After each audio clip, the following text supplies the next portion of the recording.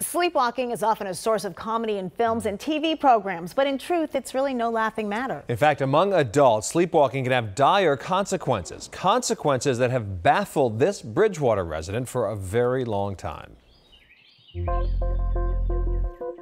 Deb Prescott has struggled with sleepwalking for years. It's been so frustrating. I've seen nutritionists, I've had sleep studies to figure out why am I waking up, what wakes me up. I don't know what causes it. Not only is she sleepwalking, she's sleep eating. During the day, I eat great breakfast, lunch, dinner. I eat all the right things, and then the minute I fall asleep, all bets are off. She started her search for help with her primary care doctor, who gave her several suggestions. Sleeping pills, I mean, that didn't seem to have an impact. I tried Benadryl and it just made me feel hungover in the morning. She's, try locking your fridge. If your husband sees that you're up, see if he can stop you from doing it. And he tells me he tried that when we first got married, and he said this Linda Blair-like voice came out of me. He's like, yeah, I'm not gonna try that again. A study published in the journal Neurology found that more than 8 million Americans sleepwalk each year. Some put themselves in danger, like this woman who fell onto the Davis Square MBTA tracks, and this girl from Denver who walked 9 miles in her sleep. Sleepwalking is something that happens in the deepest stages of non-REM, non-rapid eye movement sleep. It's our deepest sleep, and yet somehow we become aroused enough in part of our brain that we can get up and move around. According to the National Sleep Foundation, sleepwalking appears to run in families. That makes sense to Prescott, whose father was a sleepwalker. He'd get up every night and probably polish off a half a pound of cheese.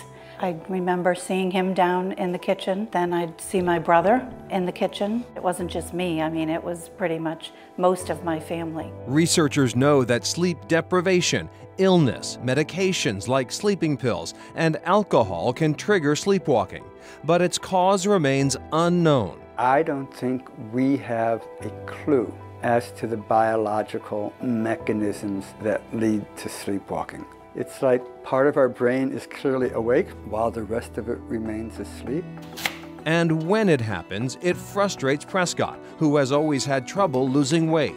You do the best you can, and then you just blow it all when you get up. I'll wake up the next morning and find a whole sleeve of cookies gone.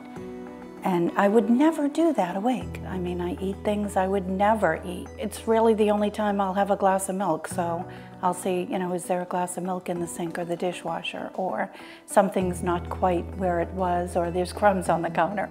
Oddly, though, there is one spot Prescott avoids. If something's in this special place, I don't touch it. I don't know, it may all be in my head, who knows? I think I'm just resigning to the fact that I'm gonna get up, and if I can not have the bad stuff in the house and make somewhat healthier choices, I still don't feel great in the morning, but at least I'm not being really bad. And the National Sleep Foundation says most sleepwalking occurs in children between the ages of 3 and 7. And the vast majority of those children outgrow sleepwalking. As for adults, a lot of people think it's dangerous to wake a sleepwalker, but experts say it's exactly the opposite. It's more dangerous not to wake them up, as we saw from the woman who fell on the MBTA tracks. While it may be uncomfortable, you've got to wake them and get them to a safe place. Right. Why do we dream? That question next. Freud's theory. Dreams are all about forbidden desires. Was he right?